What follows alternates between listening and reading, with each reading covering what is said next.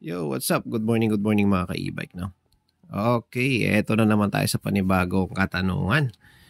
Magandang tanong to guys ni Ma'am Cecilia. Hindi ko na sabihin yung apelido niya. Gusto guys, Ma'am Cecilia. Okay. Ang tanong niya is bakit ang e-bike niya, 3 wheels. 3 wheels ang kanyang e-bike guys. 3 wheels, bakit walang reverse? At ano yung pwedeng dahilan? Bakit nawala yung reverse niya? Okay. Sigurado daming makaka-relate sa ganitong tanongan natin, no? Okay, ayusin lang natin na konti. Okay, ayan. Woo!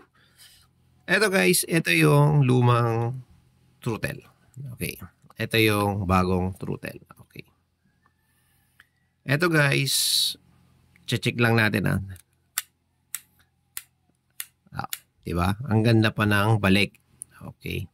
Pwede pa to guys, pero ang sakit din ito, wala din tong reverse. Kaya pinalitan din ng customer. Okay. Okay. Drive, reverse. Okay, punta na tayo sa magandang tanong. Bakit walang reverse?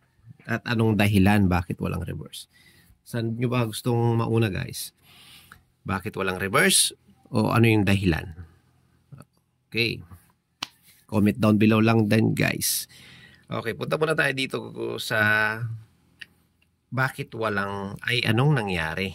Okay. Anong pwedeng dahilan? Bakit nasira yung kanyang reverse? Okay.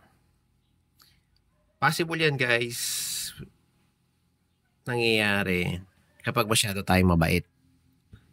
Okay. Bakit mabait? Kasi pag may nanghiram sa atin, papahiram natin yung e-bike. Kakilala, kamag-anak, kapitbahay, kaklase o ano. Okay. Kahit gaano ka kaingat guys sa anumang gamit mo, sa e-bike mo, kahit gaano ka kaingat, sigurado ka pa doon sa humihiram ng e-bike mo, is ganun din kaingat sa pagdadrive, kagaya ng sayo. Oh, di ba? Daming nakarelate dyan. Karamihan ng ginagawa kasi niyan pag hinihiram, hindi naman lahat. Meron din namang maayos mag-drive, talaga iniingatan, pero merong mangilan-ngilan. Kasi wala silang pakialam yan eh. Ganun ng ganun, ginagawang motor minsan yan eh. Ginagawang motor. Tapos, pag naka-drive, di ba? Ang bilis niya, number 3. Naka-number 3. Hindi pa naka-full stop yan. Biglang pindot ka agad ngayon ng reverse. Swerte mo lang guys. Pag ang nasira is throttle. Pero kapag ang tinamaan is yung transmission mo, yung gear ng transmission mo, syempre magkikis-kisa ng drive tapos reverse gear. Yun ang masama. Diba? Mas malaking gastos. Tapos yung iba naman, sobrang bigat. Alam mo yung pag nagda-drive, ang bigat, dinidiin maigi. Yun yung isa. Dalawa lang naman yan eh, na sa pagkakaintindi ko dalawa lang din yan sa pagkakaintindi ko talaga na based on my experience sa mga nakita kong mga e-bike, mga nagawa ko, mga natulungan ko, ganun talaga. Mabigat masyado yung kamay, nakadidiin. Okay. Punta na naman tayo dito sa bago. Okay. Bakit walang reverse? Okay. Ito yun, ipapakita ko dito sa bago. Ito po yung forward or drive, tapos ito yung reverse. Ito yung indicator niya ng 1, 2, 3 speed. Okay. Bakit siya walang reverse? Okay. Pag forward po, dinrive mo is okay. Goods. Pag ni-reverse mo, pangalan nito, at tumutunog po yung tit, tit, tit, okay. Hindi po sira ang throttle mo. Okay? Tips po yan Ulit. Pag dinrive nyo po, okay. Pinorward nyo po, okay naman, paabante, goods. At ni-reverse nyo po, pero tumutunog yung alarm niya para sa reverse na tit, tit, ganon. Pero paabante pa rin ang takbo, hindi po throttle ang sira. Okay? Pwede pong nasa controller po. Siguro meron po na plug out o may natanggal pong wire. Depende po yan sa magiging desisyon ng technician. Okay. Tapos, Meron naman din pong nag-drive ka, okay? Pero pag nag-reverse ka, hindi tumutunog yung alarm niya na tit, tit, tit, pero umaabante. Meaning to say, kailangan mo magpalit ng throttle. Oh. Dalawa lang yun po dalawa lang po yun. Pag tumutunog ang reverse mo at umaabante pa rin, kailangan mo ipacheck ang controller mo. Okay. Sa Trusted Mechanics. Okay, hindi po sa basta-bastang nagpa-practice lang. Okay? Okay, kasi marami yan guys. Mapipeke ka dyan. Hindi naman ganun sila kadami. Pero pangalan nito, mabibilang mo. Tapos, pag ang drive mo, okay, ang reverse mo, walang tumutunog, pero paabante, kailangan mo nang magpalit ng throttle. Dalawang klase kasi hindi naman kompleto yung pagkaka-message sa akin ni Ma'am Cecilia.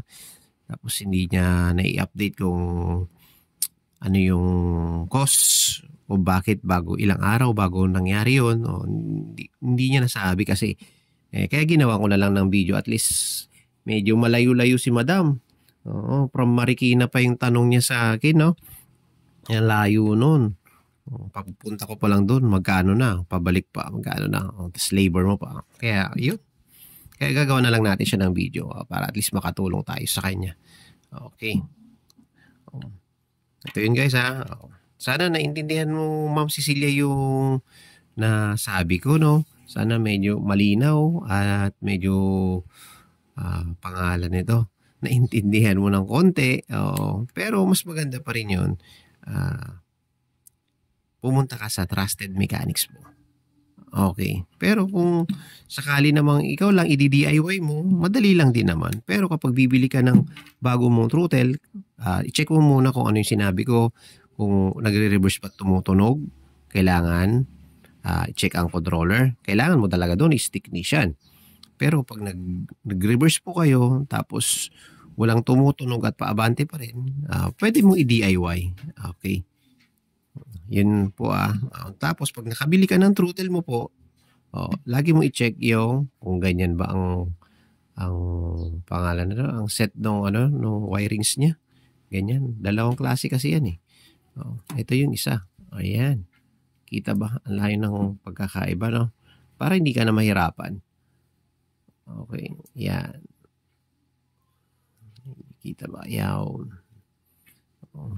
Tapos kung ano man po yung nyo, concern nyo, pwede nyo i-message pa rin. Okay. Wala po problema. I-DIY nyo na lang.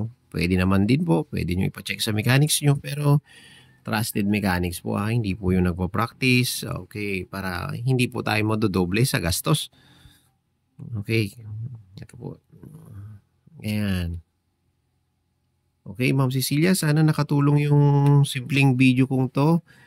Sana nakapulot tayo ng konting technique tsaka guides para kung sakaling ano ba yung dapat mong gawin, papacheck mo ba o i-DIY mo.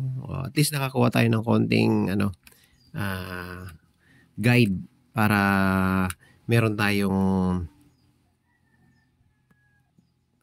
tayong idea kung saan talaga doon yung okay. Ma'am Cecilia, sana nasagot ko yung nang maayos. Okay. Sana nakatulong po yung simpleng video kong to. Okay. Ride safe. Power. Peace out. Power.